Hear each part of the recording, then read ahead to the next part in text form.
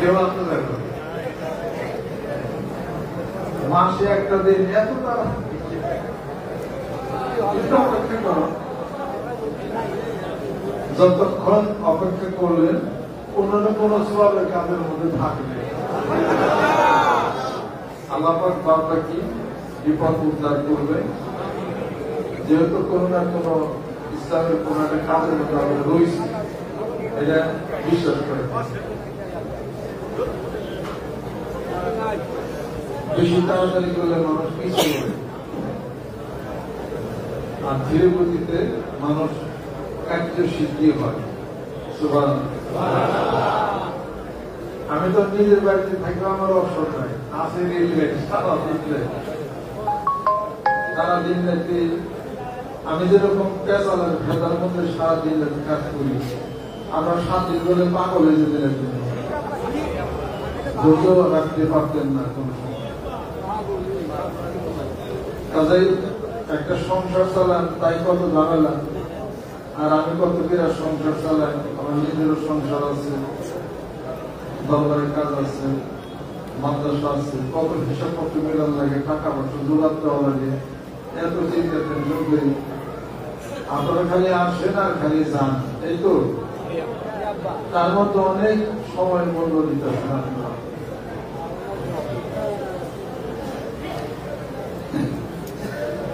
আজকে যারা নতুন বয়ান হয়েছেন, গরিব হয়েছেন, পুরাতন যারা আছেন, মাঝামাঝি কথাটা হলো ধাঁধাই করা হয়। সকাল বিকাল একটা সবক দিকে করবেন, সুবহানাল্লাহ 100 বার, আলহামদুলিল্লাহ 100 বার, আল্লাহু আকবার 100 বার, লা ইলাহা ইল্লাল্লাহ 500 বার। 2 বেলা জিকির, 2 বেলা কোরআন শরীফ, 5 ওয়াক্ত নামাজ, 3টা আমল একসাথে চালাবো। যারা গরিব হয়েছে ওয়াদা করলাম, পুরাতন যারা আছে, অনেকে মনে করে যে এই হুকুম আমাদের জন্য না, এটা হলো কারণে হুকুম। আমার আজকের মাঠের যত হুকুম সবার জন্য, সবার জন্য। আমি আমার কাজের হিসাব আল্লাহ পাকের কাছে দেব।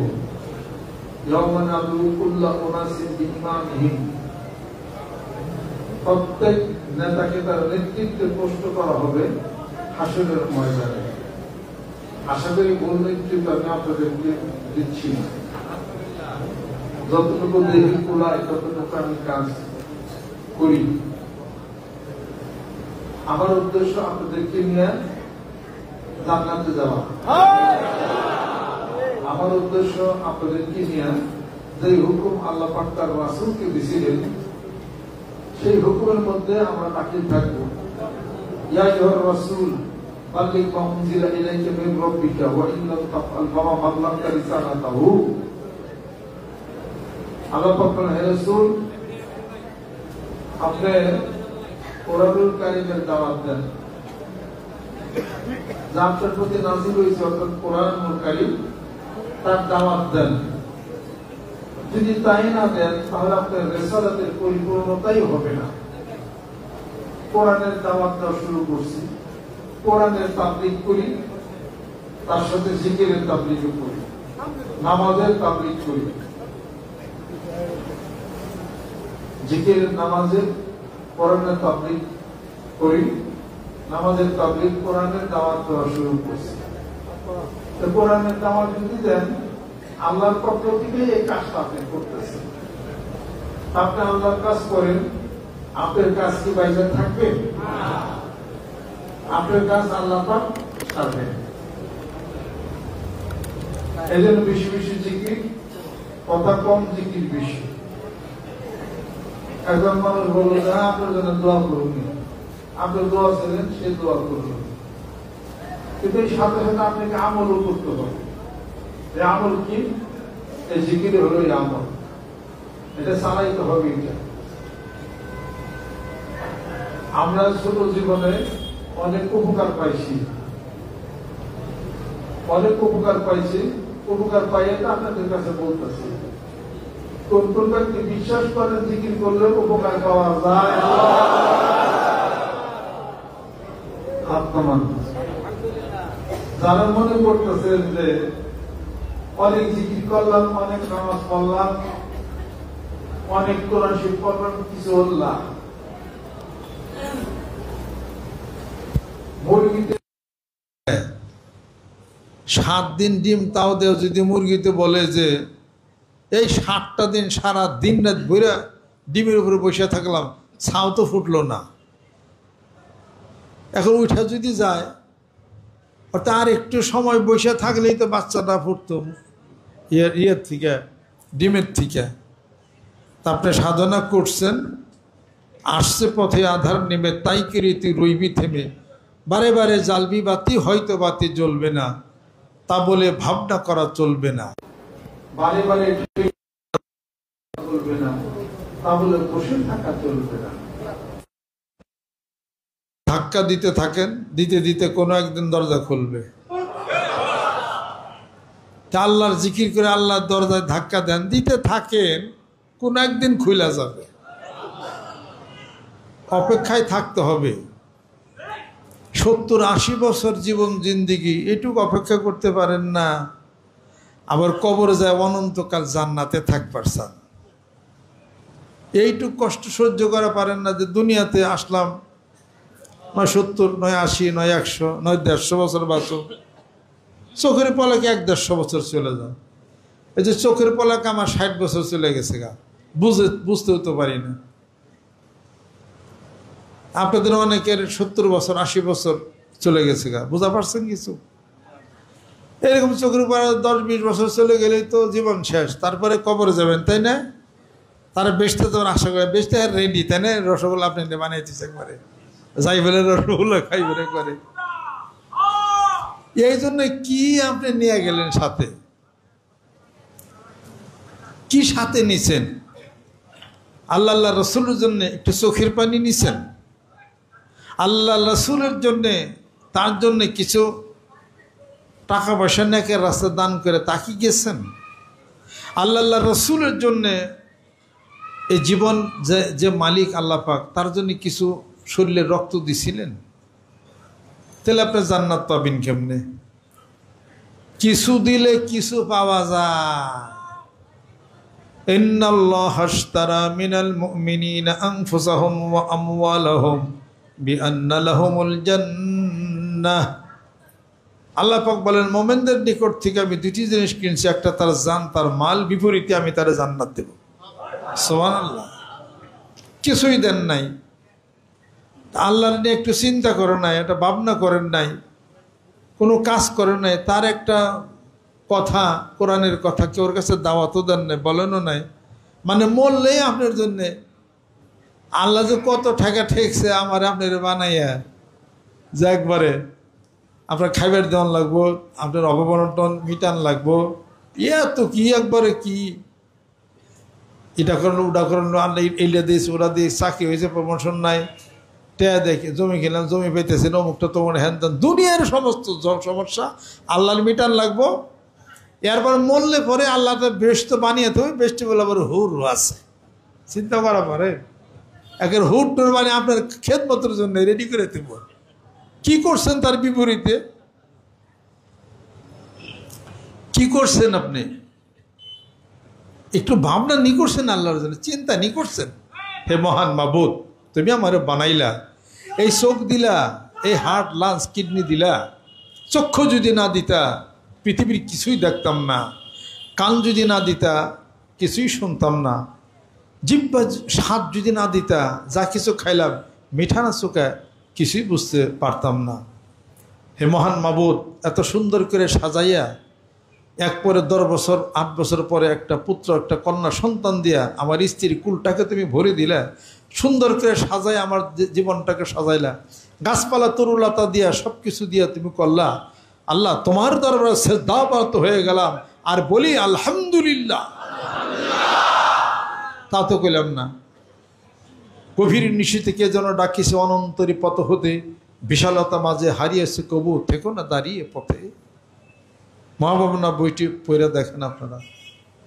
এই গভীর রজনীতির মধ্যে নিশীথে রাত্রিতে আপনি দাঁড়িয়ে অনন্ত আকাশের দিকে চোখটা নিবদ্ধ করেন।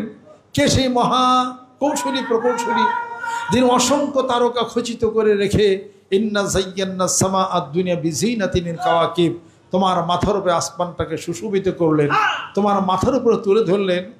এই দিগন্ত যারা এই সূর্যটা সন্তরণ করতেছে, দিন বানাইলেন, দিবস বানাইলেন, রাত দিলেন, তুমি পরিশ্রান্ত শরীর নিয়ে বিছানার ঘাটে শুইবা। ওয়াজআলনা নাওমাকুম সুবাতা ওয়াজআলনা লাইলা লিবাসা ওয়াজআলনা নাহারা মাআশা ওয়া বানাইনা ফাওকাকুম সাবআন শিদাদা ওয়াজআলনা সিরাজা ওয়াহাজা। এই রাত দিলেন আর এই ঘুম দিলেন, চোখে আরাম আয়েশ, তোমার দেহটা ভালো থাকবে, তোমার হার্ট লাংস কিডনি ভালো থাকবে, তোমার হাইপারথাইরয়েডিজম এবং হাইপারথাইরয়েডিজম তোমার হবে না, এবং সিক্রেশন ঠিকমতো তোমার হবে, তুমি সুস্থতা হবে। আল্লাহ পাক ঘুম দিলেন, ঘুমটা যদি উঠাই নিতেন কেমন লাগতো তোমার? হাসপাতালে যাইতে দৌড়াদৌড়ি পারতা, জীবন বাঁচে গিয়ে মরে, কথা ঠিক কিনা? এত সুন্দর ঘুম দিলাম, একবার সুবহানাল্লাহ কইবে না? চোখ বানাইলাম আলহামদুলিল্লাহ কইবে না? এই জিহ্বার স্বাদ দিলাম আল্লাহু আকবার কইবে না? পাগল বানাই নাই, মাথার ব্রেন ঠিক রাখছি আলহামদুলিল্লাহ কইবে না? অর্থাৎ আমি আল্লাহ অপেক্ষা করতেছি তোমাদের এত সুন্দর বিছানা, সুন্দর মধুর নদী, পানির নদী, দুধের নদী আমি বানিয়ে রাখছি। আবার বললো হুর দিব তোমার 70টা করে। সুবহানাল্লাহ। হে হুর তোমার সাইড ফেলতে ঘুরবো আর খালি জিজ্ঞেস করে কোনটা খাইবেন, আর তুমি খালি বলবা যে অমুকটা আন তমুকটা আন তাদের, আর তারা তোমার খেদমত। তুমি তো কত বড় মাতবর প্লেয়ার এই বাংলাদেশে তুমি আসিলা, তোমার এত ঠেকায় আল্লাহ পাক বেস্ত বানিয়ে আর হুর বানাইতে হবে তোমাকে, তাই না? 70-80 বছরের জীবনে দুনিয়াটাকে এত প্রাধান্য দিলা, মৃত্যুর পরে জান্নাতে যাবে চাও, কোন শরমে? শরম লজ্জা নেই, লজ্জা শরম নাই? জিকির করো না, দোকানে বসে এখনো গপ্প করো, মাত বেরিয়ে টাইগামি করো, এখনো গপ্প গেছে দোকানে বসে জিকির কর, পাগল জানি কনকার। জিকির ছাড়া ওয়ালা জিকির হলে আকবার, জিকির ছাড়া তুমি আগাইতেই পারবে না। তোমার ভিতরে একটা জিনিস আল্লাহ পাক দিয়েছিলেন, সেটার নাম হলো কল্প। তোমার সেই কল্পটা পরিশুদ্ধ না। ফি কুলুবিহিম মারাদুন ফাযাদাহুমুল্লাহু মারাদা ওয়া লাহুম আযাবুন আলীমুম বিমা কানু ইয়াকযিবুন। তোমার সেই অন্তরের মধ্যে হিংসা, বিদ্বেষ, পারাবারি, কাটাকাটি, হিংস্রতা সমস্ত কিছু আছে। আল্লাহর চিন্তা চেতনা থেকে তুমি বহু দূরে, রাসূলের মহব্বত নাই, মক্কা শিমদের কোনো চিন্তা নেই, কোনো কিছু নেই। তুমি গেলে এনে করো, অনে করো, ই ব্যবসা, এ রাজনীতি, এ বুড়ের বেসাল, হ্যানতা নানানতে করো, আর তুমি মরলে হ্যাঁ তোমার জন্য বেশি রেডি হয়েছে না? খায় এত কাম নাই কোনো, এটা ফেরেস্তা আছে রেডিয়া বেত নয়া, পিঠ পেঁচা খালি বাইরে কয়টা বুঝা দেখবো, এটা ফেরেস্তা রেডি হয়ে আছে। কাজে এমন কি আছে জানিয়া তুমি আল্লাহর সামনে দাঁড়াইবা। জীবনে গভীর রাত্রিতে একাকে বসে কি মহান মাবুদকে নিয়ে একটু চিন্তা করছ? গভীর রজনী যখন হয়, আল্লাহ পাক বলেন আমার কুদ্দুতে পা জমিনে নামায় দিয়ে দেখি আমার কোন বান্দা তার রাতের ঘুমকে হারাম করে দিয়া আমি আল্লাহর জন্য জিকির করে। আর আমি আল্লাহ পাক বলি হালমিন মুস্তাগফিরিন ফাগফিরিল্লাহু, আসো কি কেউ গুনাহ মাফ চাই নেবে, আমি তার জীবনের গুনাহগুলি মাফ করে দেবো। আসো অসুস্থ কেউ, আমি সুস্থতা এনে দেবো। আসো গরিব কেউ, তাকে ধন সম্পত্তি দিয়ে আমি তাকে ভরপুর করে দেবো। তার যখন মান্তাস বিগাইরি হিসাব ওয়াল মুস্তাগফিরিনা বিল আসহার। কিন্তু কেউ তো আমি আল্লাহর দিকে তাকাই না, আমার নাম আমার জিকির কেউ তো করে না। আল্লাহ পাক চলে যান। আল্লাহ পাক বলেন অপেক্ষা ইয়াহসাবুল ইনসানু আইয়ুতরাকা সুদান। মানুষ কি মনে করে এমনি এমনি তাকে ছেড়ে দেওয়া হবে? আহাসিবান নাস আইয়ুতরাকা আইয়াকুল আমান্না ওয়া হুম লা ইফতানুন। কোনো পরীক্ষায় তাকে ফেলা হবে না। সাবধান হয়ে যা মানুষ, আমার নিয়ামত খাইলা, আমার সব কিছু তুমি ভোগ করলা। লাইন শাকারতুম লাযিদান্নাকুম ওয়া লাইন কাফারতুম ইন্না আযাবি লাশাদীদ। আর আমি অপেক্ষা করতেছি তোমাকে ধরার মতো ধরবো। আমান আরাদা আন যিকরি ফা ইন্না লাহু মাইশাতান দানকা ওয়া নাহশুরুহু ইয়াওমাল কিয়ামাতি আমা। তোমার জীবনটাকে আমি খাটো করে আনবো পৃথিবীর বুকে, শান্তি নিয়ে যাবো আস্তে আস্তে। এরপর তোমার মৃত্যুর পর তোমাকে ধরবো। আমি আল্লাহর ধরার উপরে কোনো ধরা নাই। একথা কি বিশ্বাস হয়? অতএব বেশি বেশি জিকির চালাই যেতে হবে। এমন কিছুই তো নেই জানি আল্লাহর কাছে দাঁড়াইতে পেরে, সব খালি বউ পোলাপান ইডা ওটা হ্যানতান, সব খালি জোলা জাতি ইডা ওটা হ্যানতান। কবরে কি নিয়ে গেছো? একটা কাফনের কাপড়, কাফনের কাপড় দিয়ে কি করবা? সাথে নিতে হবে আমল, যেরকম সুবহানাল্লাহ। আর আল্লাহর প্রেমের ভালোবাসার গভীরে একাকী বৈশা চোখের পানি যে বিসর্জন করে, আল্লাহ বলেন বান্দার প্রেমের ভালোবাসার চোখের পানির সাথে কিছুর তুলনা হতে পারে না। জোরে কোন সুবহানাল্লাহ। এজন্যই কবি বলেন, অফুটা চোখের জল ফেলেছ যে তুমি ভালোবাসবে। আরে কতটুকু চোখের পানি ফালাইছ যে আমি আল্লাহর ভালোবাসার দামটা মূল্যটা তুমি দিতে পারো। কি করছো তুমি রে? তুমি তো সারাদিন হয়ে গল্প করছো, তুমি গেলে আছি ঠান্ডার মধ্যে। আমি আল্লাহর একটু কান্দও তো নাই। ইবুকু কাসিরা ওয়াইলাম তাস্তাতি ফাতাবাকু। বান্দা বেশি বেশি আমার দরবারে কান্দন না, সে বেজার হয়ে বসে থাকো। এটা কাজে এত হাসি কোন একদিন সব কান্দার রলে ভেসে যাবে। দেখবে যে তুমিও কানবা, মৃত্যু পথযাত্রী হবে, তুমিও কানবা, তোমার ছেলে কানবে, মেয়েও কানবে, সবাই কানবে। এবার কবরে যা প্রশ্ন উত্তর না দিতে পারলে তখনও কান্দা শুরু হয়ে যাবে। আর হাসরের ময়দানে ইয়াউমা ইকুশাফু আন সাকিউ ওয়া ইউদআউনা ইলা সুজুদে ফালা ইস্তাতিউন। আল্লাহ পাক বলেন, হাসরের ময়দানে আমার কুদ্দুতের পা যখন আমি নামায়ে দেব, আমার বান্দারা যারা পৃথিবীর বুকে নামাজ আদায় করেছে তারা আমার কুদ্দুতি পা দেখে দেখে সিজদা করে জান্নাতি হয়ে যাবে।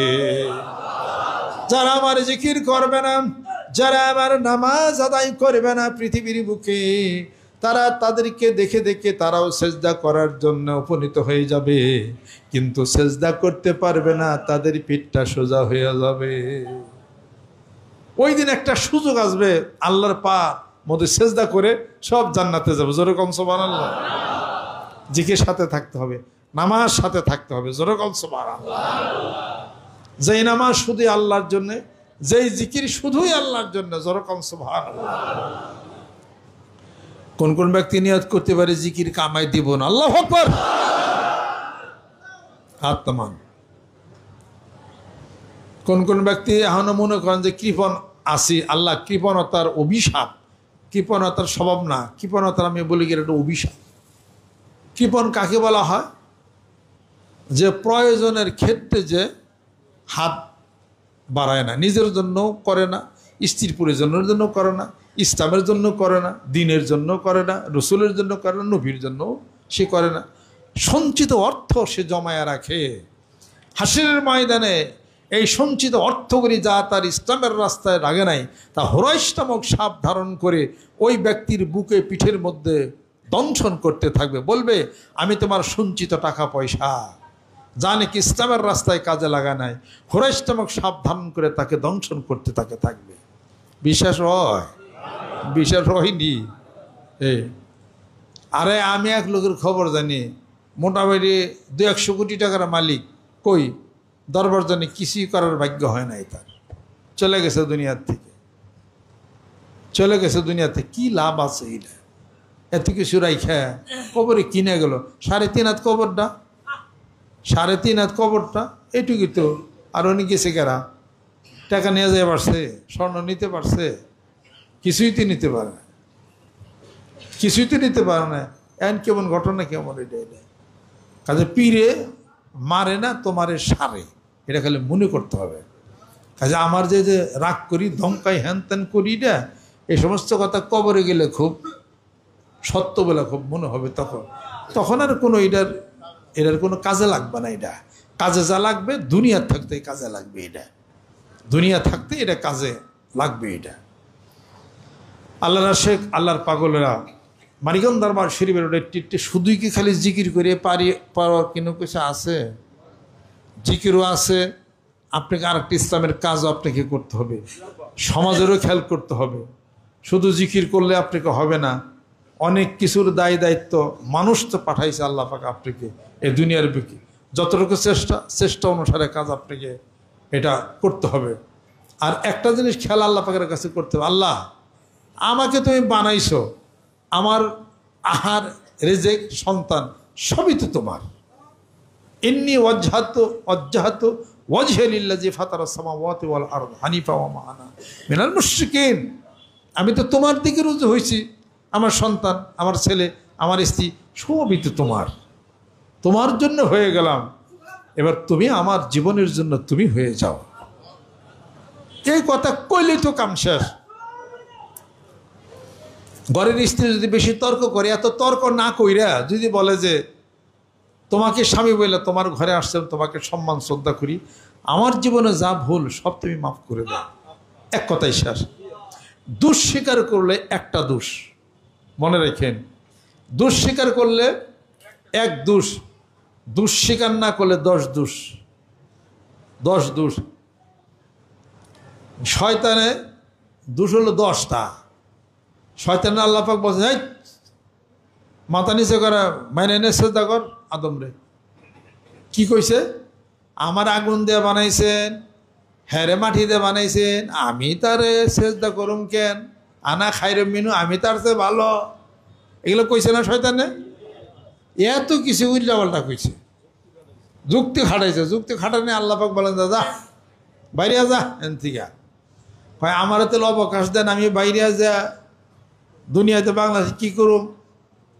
তোরে যা অবকাশ দিলাম, ইন্নাকা মিনাল মুনজারিন, তোমার শক্তি দিয়ে অবকাশ দিলাম কিয়ামত পর্যন্ত যত আদম সন্তান আছে তাকেও তুমি ডাইনে বামে সব জায়গা কুমন্ত্রণ দিতে পারবা, অন্তরের ভিতরে ঢুকে দিতে পারো, এই শক্তি তোমার দিলাম। তখন শয়তান বলল যে ঠিক আছে, আজকে থেকে আমি ছেড়ে নে, আদম সন্তান যারা সেজদা না করার কারণে এত কিছু হলাম, তার ডাইনে বামে সব জায়গা দিয়ে আমি তাদেরকে পথভ্রষ্ট করে নিলাম। তবে তোমার মুখলেস বান্দা যারা আছে, যারা শক্তিশালী রুহের আত্মার জগতে মুখলেস, তাদেরকে আমি কিছুই করা পারব না, তারা আলাদা শক্তি। সুবহানাল্লাহ। এই সমস্ত তর্ক বিতর্কের কারণে শয়তানকে বের করে দিয়েছে। আর আল্লাহ পাক বলছেন, আদম হাওয়া গাছের কাছে যাইও না, ফলকল খাইও না, খাইলে কল তুমি জালেমদের অন্তর্ভুক্ত, তোমার ওকে আমি বেশি নামাই দেব। আদম হচ্ছে ভুল হয়ে গেছে, গাছের কাছে গেছে, গন্ধম ফল খাইছে, সেও খাইছে, বিবি হাওয়াও খাইছে। আল্লাহ পাক তাদের অপরাধ মনে করে বেশির থেকে নামাই দিল। আদম আলাইহিস সালাম কি বলছিলেন আল্লাহর কাছে? একটাই, হে আল্লাহ ভুল করছি, মাফ চাই, মাফ করে দাও। কথা একটা, শেষ, এক কথা। আদম আলাইহিস সালাম কোনো তর্ক করেন নাই। আল্লাহর সাথে বলতেন, হে আল্লাহ আমি তো খামোই, গাছ তুমি দিছো কেনে বেচতে? তোমার গাছ বানানো গেছে গেরা, গাছ বানাইছো তো বানাইছো, ফল দিলে কেন? গন্ধম ফল, ফল বানাইছো, কিন্তু এত সুন্দর আকর্ষণ কেন দিছিল, এত স্বাদ দিছিল কেন? আমরা পাগল হয়ে গেলাম গা। এটা তো না বানাইলে ওই তো, এটা হয়তো আমার কোনো দোষ না। এই সমস্ত তর্ক বিতর্ক আদম সাহেব করতে পারতেন কিনা? যুক্তি আসলো কিনা? কোনো যুক্তি করছেন? বিনা যুক্তিতে বলছেন আল্লাহ ভুল হয়ে গেছে, মাফ চাই।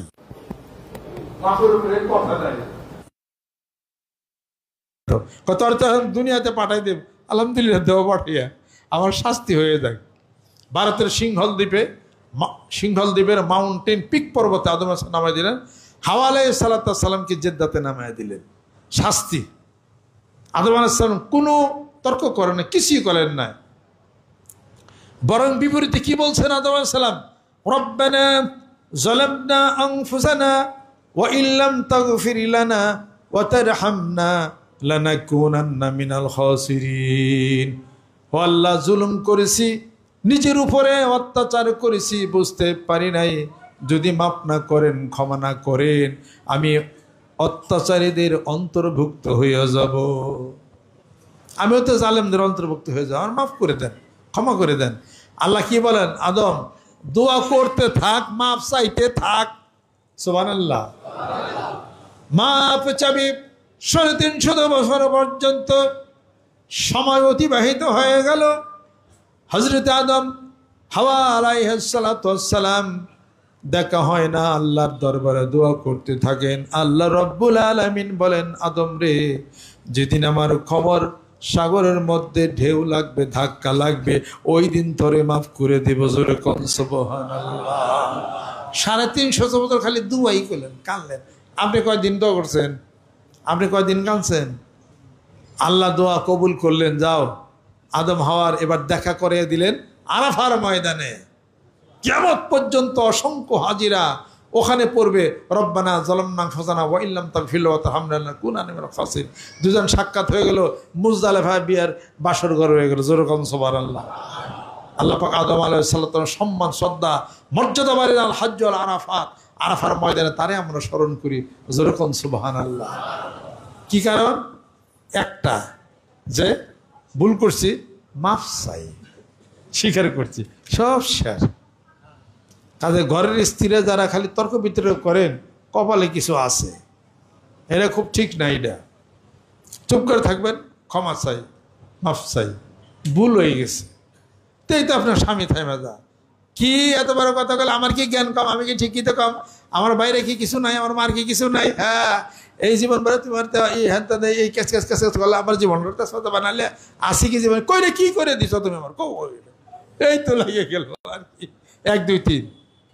এরপর স্বামী করে গিয়ে রাগ রুগে সকালবেলা চলে রাত 11টার সময় টাইম পাস করে জায়গায় জায়গায় ঘুরে বন্ধু বান্ধব বাড়িতে ঘুরে, সকালবেলা রাত্রিতে আইসা খাইবার কো বাইরে তুই খাও গা না, এখান থেকে বউ ঘুম পারে, হ্যাঁ আরেক ঘরে ঘুম পাই, তো হলো কারবার, তাই না?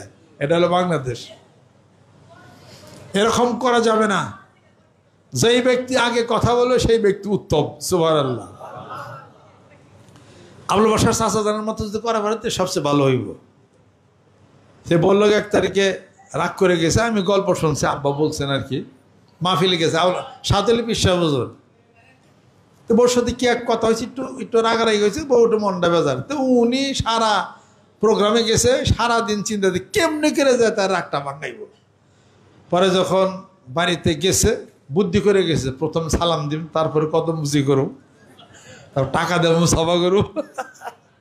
এই মেয়ে লোক আবার ঠান্ডা হবি না। স্বামী যদি মেয়ে লোকের কদম বুঝি করবার যায়, তাহলে কি অবস্থা কর? আবার সালাম দিতে, আবার মুসাফা করছে টাকা দিয়া। আবুল হাসান বাড়ির ভিতরে ঢুকছে, ঢুকে হেরে আসসালামু আলাইকুম রহমতুল্লাহ। বউ তো এই কথা মন বলে নাই, অহনো ভিতরে ফুইলা রয়েছে আর কি, অনেক কথা কয় না। আসসালামু আলাইকুম, ওয়ালাইকুম আসসালাম, মুসাফা করছে টাকা দিয়ে। কালাই কোনোদিনই এটা করেন, আপনি এটা করেন কি? কয় না, মুসাফা করতে, মুসাফা করে সুন্নত, টাকা দেওয়া আরো মহব্বত বাড়বো, এটা দিছে। দেওয়ার পর নিচে আবার কত মুসি করবার গেছে, পার মধ্যে কদম কাছে বউ ফাল খাটের উপরে নিয়েছে, হেনি যে কদম মুসি করবার গেছে, হেন দে ফাল দেবার খাটের নিচে গেছে, হেনি যে কদম মুসি করবার গেছে। কয় দূরে হামনি এটা কি পাইছে এটা? কয় না, আমি কদম মুসি করুন। আমি কয় যাওয়ার সময় মনটা বেজার দেখলাম, আইসে এরকম থাকে এমনি। কয় আমার এখন মন খুশি, তবু আপনি পাই আপনার কদম মুসি করেন, আপনি আমার সালাম দিচ্ছেন, টাকা দিয়ে সব ঠিক আছে। কয় না, আমি করবি কদম মুসি। হেইরে কথা করে হাসা হাসা। পরে যেমন রাগ রোগ সব গেছে আর কি। এরকম যদি করা পারেন দেশে যেমন সুবিধা। বিদেশে একজন তার স্বামীরে ডিভোর্স দিবার গেছে কোর্টে, জজে জিজ্ঞাসা করছে, তুমি স্বামীরে ডিভোর্স দিবা, কি কারণ কি? কয় কোনো কারণ নাই। কয় ডিভোর্স দিবা কে? কয় কারণ নাই, ডিভোর্স দিব। কয় কারণ ছাড়া ডিভোর্স হয় না, কারণ বসাইতে হবে, দর্শাইতে হবে। কয় তাহলে কারণ নেন তাহলে। কয় কী কারণ? কয় এত বছর আমার স্বামী আমার সাথে বিবাহ হয়েছে, এত বছরের মধ্যে আমার স্বামী আমার একটা ধমক দেয় নাই, এত বছর মধ্যে রাগ করে নাই। কয় ভালো সে কথা। কয় তারপরে হলেন দর্শা, ঘর ঝাড়ু দিয়ে দেয়, ঘর মুছা দেয়, কাপড় চাপড় দিয়ে দেয়, রান্না বাড়ো করে দেয়, পোলা পালান আশা করে। এই সমস্ত এত ভালো স্বামীর ঘর আমি করবার চাই না, ডিভোর্স লেখেন তাড়াতাড়ি। আচ্ছা, জজ কয় কি মাথা কি গন্ডগোল নাকি, এরকম স্বামী পাওয়া হলো দুষ্কর। এই কয় স্বামী হলো মাঝে মাঝে রাগ রোগ করবো, একটা ইটি করবো, আবার আদর টাদর করবো। আর আমি যত অপরাধ করছি জীবনে সব অপরাধ আমার মাফ করে দিছি। এত ভালো মানুষের ঘর আমি করুম না, আপনি ডিভোর্স লেখেন। পরে জজে কয়েছে যে আজকের মতো বাড়িতে যাও, কিছুদিন পরে আবার আরো গা। আমি পেপারে পাইছি, আমি বানিয়ে কইতেছি, পেপারে পাইছি। সেটা নেই বিদেশে বলো তুলপার, কেমন ভালো স্বামী। এরকম স্বামী বাংলাদেশে আছে, শুধু আমরা না। আপনারা তো কথা কইতে ঘরের বউরে মারেন, আপনারও কথা কই না, অন্য জেলার মানুষই, তাই না? কথা কইতে কথা কইতে সাথে ওই যে আমার কাছে একজন আছে, কয় আব্বা আমার দোয়া করে আমি জানি ভালো হয়ে যায়। আমার দোয়া তো করছি, মাথা টুপি দাঁড়িয়ে। কয় এরকম ভালো না, অন্য ভালো। কোন ভালো? কয় আমি বাড়িতে থেকে এসে আমার বউরের নাম আনলে আমার না ভাল লাগে না আমার। আমি এটা তো খুব খারাপ স্বভাব। এটা ঘরের স্ত্রী টাকার নিচে মুরগি এইরকম, হে আপনার সাথে পারবো কোনো দিন, এই আপনাকে তারা খেলে মারা নিচে। কয় এটা খুব খারাপ স্বভাব। কথা আমি তার দু একটা থাপড় দিমই। তো আমার বউটা এত ভালো, কোনোদিন আমার সংসারটা যায় না, কিন্তু বসে বসে কান্দে, কিন্তু বাপ্পার কাছেও কয় না আমাকে তো ভালো স্ত্রীটা, এরকম মারেনি, এটা কেমনি আর মারেন না। কয় দোয়া করেন অভ্যাসটা জানি জায়গা। পরে আমি তার একটা কায়দা হেগে দিলাম, যে মারতে পারেন একটা শর্তে। কি শর্ত? যেদিন মারার ইচ্ছা হয় সেদিন আপনার বাড়ির পাশে কোনো পুরুষ মানুষ আছে না? হ্যাঁ আছে। তাগো আগে মাইরে নিয়ে পরে আপনার বউরও মারবে।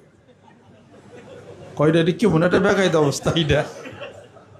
এটার অর্থ কি? আমাকে অর্থ লয়ে তারে মারবার গেলে তো আপনি হেরাতে গেছে কুল গোতা খাইবেন, গোতা খাওয়ার পরে বউর আর মারবেন না। আসলে তারা মাইরে নিয়ে পরে বউরও মারবেন, এইটা সম্ভব না। তো মারাবেন কে? বাইরে মারা হারবেন না, হয়তো কিল গোতা না তুষ্ট আপনি খাইবেন, বউরে মারবেন, বউ তো আপনার কিছু কইবে না, কারণ হেরা মাইরে নেই হারে মারবেন। এখানে আর সুবাহ কিছু করে না, যে আলহামদুলিল্লাহ আর মারে না বউরে, সু হয়েছে সুবহানাল্লাহ। এই যাই কিছু হোক, আল্লাহ পাক জানি কবুল করে নেন, রহমত করেন, বরকত আল্লাহ পাক যেন নাজিল করে নেন। যারা ঘরের স্ত্রী ভালো পাইছেন তারা অনেক ভাগ্যবান, আল্লাহর জিকির করেন, ঘরের স্ত্রী হুজ হয়ে যাবো গা। আর যারা স্বামী ভালো পান নাই, স্বামীর জিকির বাতে দেন, স্বামী জিকির করতে করতে স্বামী পেয়েছে হুজ হয়ে যাবো, যেরকম সুবহানাল্লাহ। আর একটা অভিশাপ থেকে আপনাকে অবশ্যই পারি পাইতে হবে, সেটা হলো কৃপণতার অভিশাপ। মনে ভালো লাগা জিনিস যাহা আছে তা ত্যাগ করতে হবে আস্তে আস্তে। অনেক ভালো চাইতে গেলে অনেক ভালো ত্যাগ করতে হবে এই দুনিয়া থাকতে। এর এখন তো খুব হিসাবের কথা। কাজে ছোট্ট তো দুনিয়া, 80-90 বছর বাঁচার পরে এর বেশ তো রেডি হয়ে রয়েছে না, বেশের কিছু করবেন না, কিছু বিপদ, কিছু সমস্যা, কিছু অসুবিধা, কিছু অসুখ বিসুখ, এগুলো আল্লাহর পক্ষ থেকে কিছু আইবই। মুমিন ব্যক্তিদের কিছু সমস্যা ভোগ করতেই হবে, কথা ঠিক কিনা? ওলা নাবলুওয়ান্নাকুম বিশাইইন মিনাল খাউফি ওয়াল জু'i ওয়া নাকসিম মিনাল আমওয়ালি ওয়াল আনফুসি ওয়াস সামারাত ওয়া বাশশিরিস সাবিরিন। শস্য ক্ষেত্র নষ্ট হবে, ব্যবসা বাণিজ্য ক্ষেত্রে ক্ষতিগ্রস্ত হবে, এগুলো হবেই না। আর এই সমস্ত কিছু আকর্ষণ দিয়ে আল্লাহ পাক তোমাকে সৃষ্টি করেছেন। নারী পুরুষ আকর্ষণ, স্বর্ণের আকর্ষণ, রূপার আকর্ষণ, চতুষ্পদ জন্তুর আকর্ষণ। যুগিলাইনিলাস হুবুস শাওয়াতি মিনান নিসা ওয়াল বানিনা ওয়াল কানাতিরিল মুকান্তারাতি মিনাজ যাহাবি ওয়াল ফিদ্দাতি ওয়াল খাইলিল মুসাওয়ামাতি ওয়াল আনআমি ওয়াল হারস যালিকা মাতাউল হায়াতিদ দুনিয়া আল্লাহু ইনদাহু হুসনুল মাআব। আর আল্লাহ পাক বলেন, ইয়ার সে উত্তম বিনিময় আমি আল্লাহর কাছে আছে, যেরকম সুবহানাল্লাহ। সেইটা মনে করে আস্তে আস্তে অগ্রসর হইতে হবে। এখন থেকে জান্নাতে যাওয়ার ট্রেনিং নিতে হবে। জান্নাত চান, জান্নাতের মালিক চান, যেরকম জান্নাতের মালিকের সেই লোভে পড়তে হবে, তাহলে পৃথিবীর সব লোভ পরিত্যাগ হয়ে যাবে, যেরকম সুবহানাল্লাহ। হাসরের ময়দানে যদি জান্নাতে যাই, মহান মাবুদকে যদি না পাই, ওই জান্নাত জাহান্নাম হয়ে যাবে। আর যদি জাহান্নামে যায়, আল্লাহ যদি তোমাকে পায়, ওই জাহান্নাম জান্নাত হয়ে যাবে, যেরকম সুবহানাল্লাহ। কাজে মালিককে পাওয়ার চিন্তা করেন, মালিক তোমারে যদি পায় পৃথিবীর সব পাওয়া হয়ে যাবে, যেরকম সুবহানাল্লাহ। আল্লাহ পাক যেন কবুল করে নেন। মানিকগঞ্জ দরবার শরীফের নেতৃত্বে আমরা সামনে একটা একটা করে আগানোর চেষ্টা করতেছি, যেরকম সুবহানাল্লাহ। আমি কিছু কিছু সিদ্ধান্ত নিই, যে সিদ্ধান্তের কথা আপনাদের সামনে পেশ করি। আমাদের একটা রিজার্ভ ফান্ডের কথা আমি ঘোষণা করছি, মনে আছে আপনাদের? বছর একবারে রিজার্ভ ফান্ড ছাড়া বাংলাদেশ চলে না।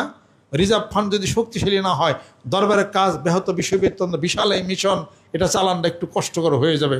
এই রিজার্ভ ফান্ড যে শক্তিশালী হয়, আমার হাত শক্তিশালী হবে, আপনার পীরের দরবারে হাত শক্তিশালী হবে, আপনার শাইখের হাত শক্তিশালী হবে। এই শক্তিশালী হাত দেওয়া সামনে আমরা গোটা বাংলার জমিনের বুকে অনেক কাজ আমাদের পক্ষে করা সম্ভব হয়ে পড়বে, যেরকম সুবহানাল্লাহ। অন্তর দিয়া, প্রেম দিয়া, শ্রদ্ধা দিয়া, ভালোবাসা দিয়া, যতটুকু সমর্থ ততটুকু হিসাবে রিজার্ভ ফান্ড একা একা কথা দেওয়া ঘোষণা করতে হবে। এই ফান্ড সরাসরি আমার সাথে লেনদেন করবেন, অথবা আমার ব্যাংকের অ্যাকাউন্টের সাথে লেনদেন করবেন, কারোর মাধ্যমে কোনো কিছু লেনদেন করবেন। কথাকে বুঝাই পারছি? তাতে আমরা সকলে মিলে আলাপ আলোচনা যদি করি, ইনশাআল্লাহ তাআলা একটা রিজার্ভ ফান্ড প্রস্তুত আমাদের হয়ে যাবে। আমাদের বিশাল কাজ আমাদের করতে হয়, সামনে ত্বরান্বিত আমাদের কাজ করতে হবে। সরকারি কোনো অনুদান নেই, আমরা চলি, বা কোনো পার্টি আমাদের অনুদান দেয়, কোনো দেশ আমাদের অনুদান দেয়। মানিকগঞ্জ দরবারে আশিক এবং পাগল যারা আছেন, তারা সকলে মিলে আবার দরবার সাজাইতেছি, এবং ইচ্ছা করে ইনশাআল্লাহ তাআলা আমরা যদি নিয়ত করি, আল্লাহ পাক বরকত দিবেন, যেরকম সুবহানাল্লাহ। এত লক্ষ মানুষ নিয়ত যদি আমরা করি, রিজার্ভ ফান্ড বছরে একবার এককালীন যতটুকু সামর্থ্য এই ফান্ড আমরা দেব, ফান্ড শক্তিশালী হয়ে যাবে ইনশাআল্লাহ তাআলা। এই কাজ ব্যাহত থাকবে না। 5 কোটি মানুষ টার্গেট নিয়ে মাঠে মাঝে নামছি, বিজয় আমাদের সুনিশ্চিত, যেরকম সুবহানাল্লাহ। আল্লাহর আশেক, আল্লাহর পাগলারা, আজকে যদি কেউ নিয়ত করে থাকেন রিজার্ভ ফান্ডে যারা আগে আসবেন, কোন কোন ব্যক্তি নামটা ঘোষণা করেন। আলহামদুলিল্লাহ, আমাদের ওই যে নূর মোহাম্মদ কারি সাহেব, তার বাড়িতে গেছিলাম,